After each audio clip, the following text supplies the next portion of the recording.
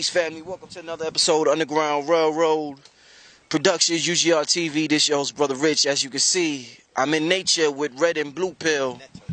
The Netters, nature, Netta rules. Listen, man. I do a lot of shows with hip hop with y'all for years. I mean, I think the first one was with about Bobby Shmurda, and you know everything. Right. He does, right. But you know everything I pretty much do. In my experience down here, I do with a little bit of hip-hop swag, you know, whether it's my show, whether it's how I dress, whether it's how I talk, questions. Yeah, if I'm studying quantum physics, it's from a different approach than the traditional, from the traditional, yeah. But check this out, man. It's just a little confusing to me. I grew up and I kept hearing about the golden age of hip-hop, right? About the greats in hip-hop, and those were the people that to respect because they had held hip-hop, they had hip-hop at its highest peak. So I hear, you know, and I just want some clarity, you know what I'm saying? I don't know, you know, I want some clarity on the culture in itself in 2016. I'm listening to KRS-One on Drink Champs, I believe it's called, a podcast, Nori. It's a real good podcast with Noriega and DJ, I forgot the other dude. FN, I think. EFN, yeah. So they asked him about the Bambaataa thing, and KRS-One like, man, I don't give a fuck about that. He like, let them handle that. Like, he said, just like, let them handle that. So I'm like, it kind of fucks with me a little bit. Being that, you know, I look up to this dude. I'm a child of hip-hop. You'll tell me this and that about hip-hop. I'm also a child of the black community, not just hip-hop. And I also know that shouldn't rock in our community. Being that I am supposed to be a conscious brother, if I find a pedophile in my family or something, or a friend that I know that has a problem doing it, I'm not gonna just say, man, let them handle that shit. So it's like, you know, I understand y'all got something going on this Saturday. That's the reason for me even bringing this up. But just your take on what KRS-One said. And I guess you could notify the family about what's going on, because people think that, you know, we on some Vatican shit, just, you know, putting our head down and like, you know, let that be that. That's, you know, he like the Pope, let him do what he do. Not to say that the brothers did it or nothing like that, but to say that the people are not hearing anything about it. But they just keep hearing more victims come forward. The victims are louder than the motherfucking leaders in the black community at this point. So I just want to allow y'all to touch on that. You know, not long, just real quick, and let the family know exactly what y'all doing this Saturday. Batman and Superman just came out. Lex Luger, there was an interesting line that Lex Luger shared about villains and heroes. He said that if you stick around long enough, you could see your hero or your hero turn into a villain. That's what Lex Luger said. But the basis of that movie, the storyline was pointing at heroes becoming vilified in the eyes of the public. And he also said, "It's no good guys down here."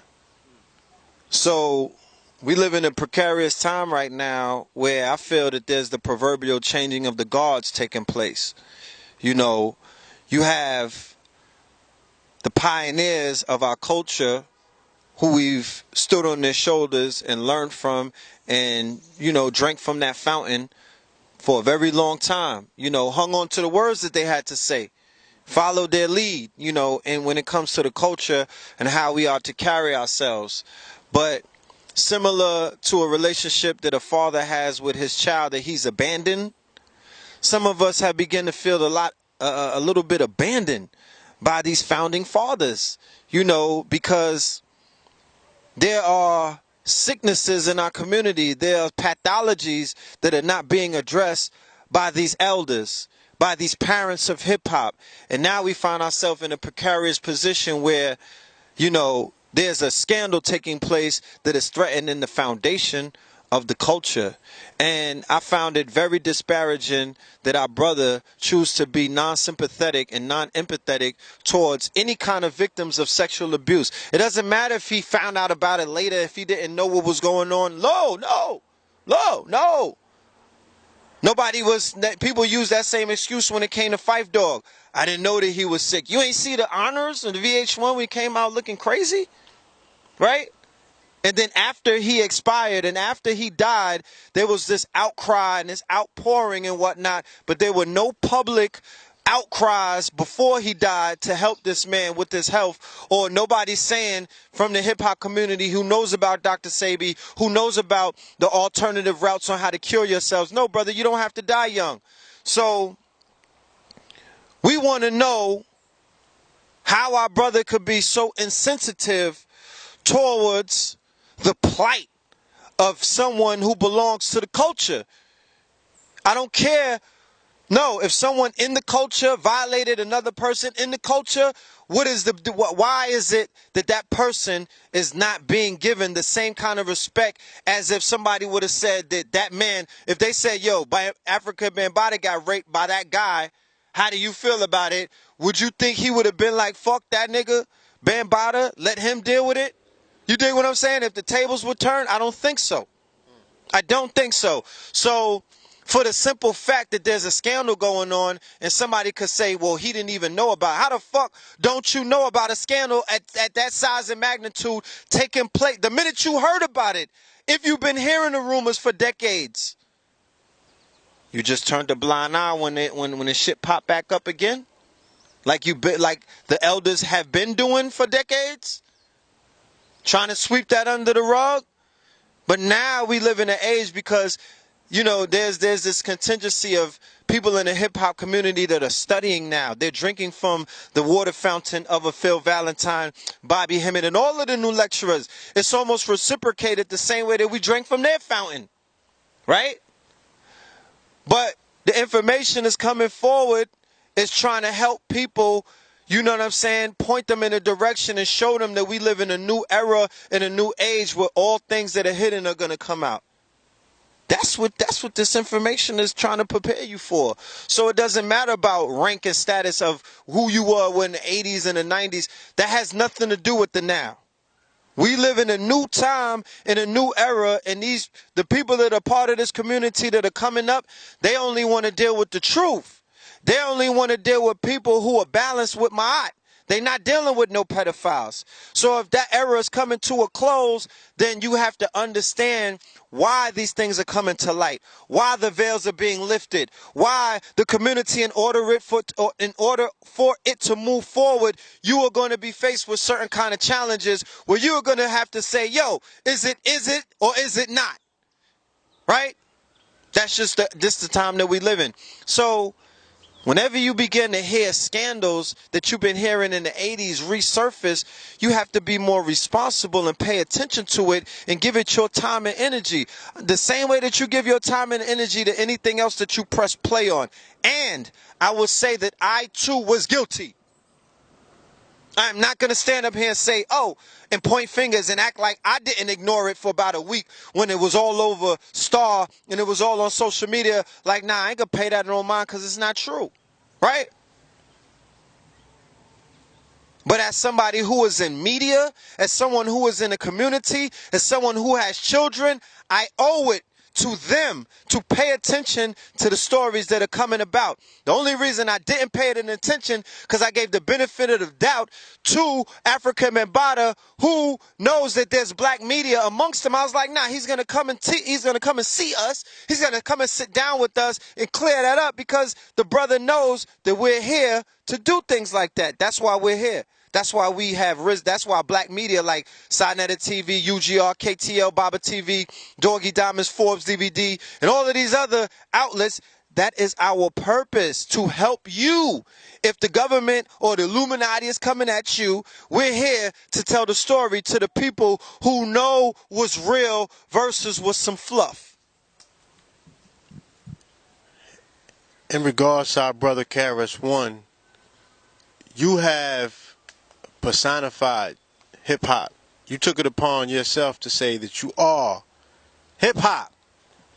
The temple resides within you. So the onus is especially on you to be more responsible than you were by making those statements. Because the body politic that is making these accusations is part of hip-hop. You can't divorce one from the other, okay? So we found out that we were living during a very Saturnian period of hip-hop where the father was devouring the children. Okay?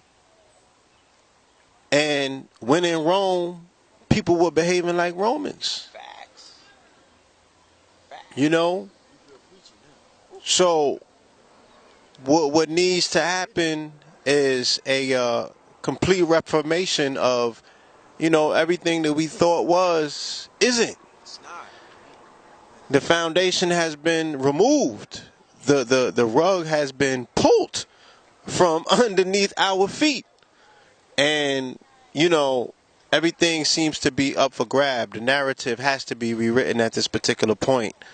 What we're doing as responsible media, as a voice of the community, which we are first, before anything else, is we are holding a press conference on Saturday in Harlem, New York City, where we are issuing and calling forth our brother Bambaataa to come and speak to his brothers and his sisters, right? The people who represent the community, the voices for the community. This is going far too long, okay? He has to come forth and he has to answer some questions. We have spoken to the accusers, all right? Now we have to speak to the accused. And this is necessary. This will determine the continuity of the community because there's a lot on the line at this particular time. As for our brother KRS One, we expect a full apology to hip-hop from that brother, or his legacy is in jeopardy, because there's just a lot that we're finding out at this particular time, you know, about things that were going on in the dark that sits very uncomfortable with us as a people.